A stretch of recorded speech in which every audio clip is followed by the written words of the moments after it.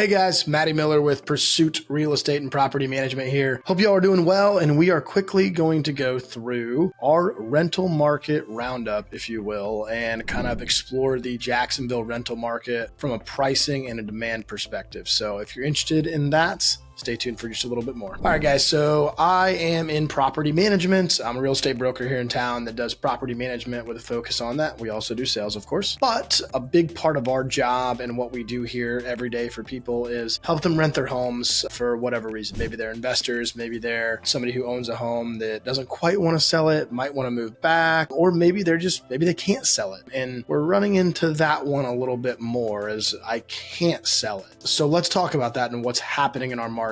So a lot of the times what you're seeing right now is, well, if you can't sell, what's your other option? To rent it, stay in the house, whatever the situation may be. So we are actually seeing a lot of people becoming landlords out of necessity, a little bit as well. And we're seeing a few things. And one thing you'll notice, historical rental numbers are very hard to track. So I do a little bit on my own. I track basically total inventory on rental units available, which would be single family homes and townhouses. And right now we are at 3731 in our area. So 3,700 properties on the market. That's the highest number since I started tracking this back in 2023. We were at 2,800 rental listings in September of 2023. So, and I've kind of been tracking that quarterly all the way through the last few months. So largest amount of inventory we've seen on the market from a rental perspective, which obviously simple supply and demand tells us that if there's a lot of supply, that demand will obviously go down. We are not seeing that mass migration of people coming to Florida as rapidly as once were after COVID happened. So we're starting to see that. And what you're going to see here is average rent price over time. And what you'll see is the little blue line is June of 2025. And you will see the light blue line, I guess, is June of 2024. So we've seen a significant decrease month over month in the last, just literally in the last month, go down almost $50. And we're seeing that available rentals at $36.81 in our market, which is pretty close to what I track, but not quite the same number via Zillow. So we're seeing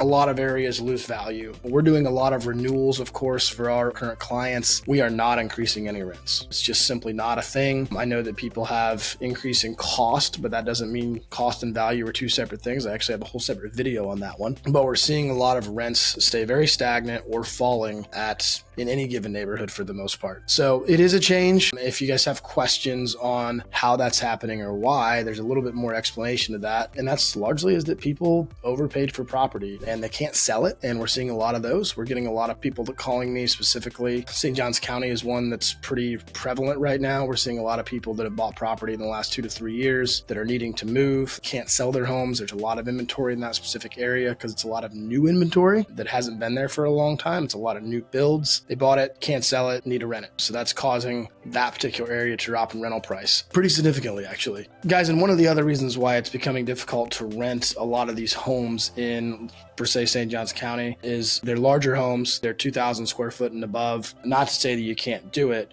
but what you'll see here, and this is very important, this is actually off of Zillow, so they do track some things. So if I just take homes, you'll actually see a slight increase in homes from a price perspective over a little while, but average days on market is 48. So I assume that this will probably start to catch up with here and will be pretty flat line for the most part here next month. But what you'll see is that the reason why, if you have a home that you want to rent for $3,000, the reason why that's hard to do is because most people don't rent property for $3,000. That sweet spot for rentals in Jacksonville, Florida is probably in that $1,700 to $2,500 mark. So where the bulk of the properties are in here. So you'll see that as well. So a lot of your bigger homes are really taking a beating as far as getting those rented and what prices they're getting rented at. The younger families are looking to smaller homes because they're not having, it's another situation, they're not having as many children or children at all. So some of those people are not looking for a very large home. But if you have a regular 3-2 in a lot of areas in Jacksonville, that's a 1,700 square foot to 2,200 square foot, you'll likely be fine. There is a good to fair chance that you will need to adjust your expectations on what your rental market is becoming. We have built a lot of apartments, we have built a lot of condos, we have built a lot of single family homes in Jacksonville, and that is starting to slow down. We are seeing migration into the area that is causing our prices to start to fall, along with increased inventory in the rental market. So that's kind of where we're at. There's a lot of information out there. You're going to hear a lot of misinformation too. I don't believe that we're heading into a situation where we're going to lose,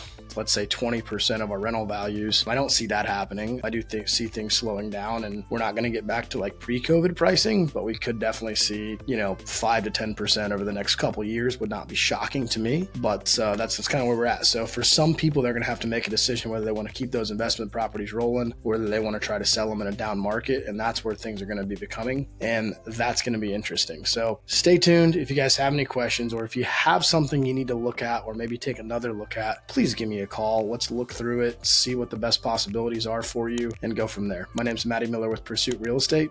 I'll talk to you soon.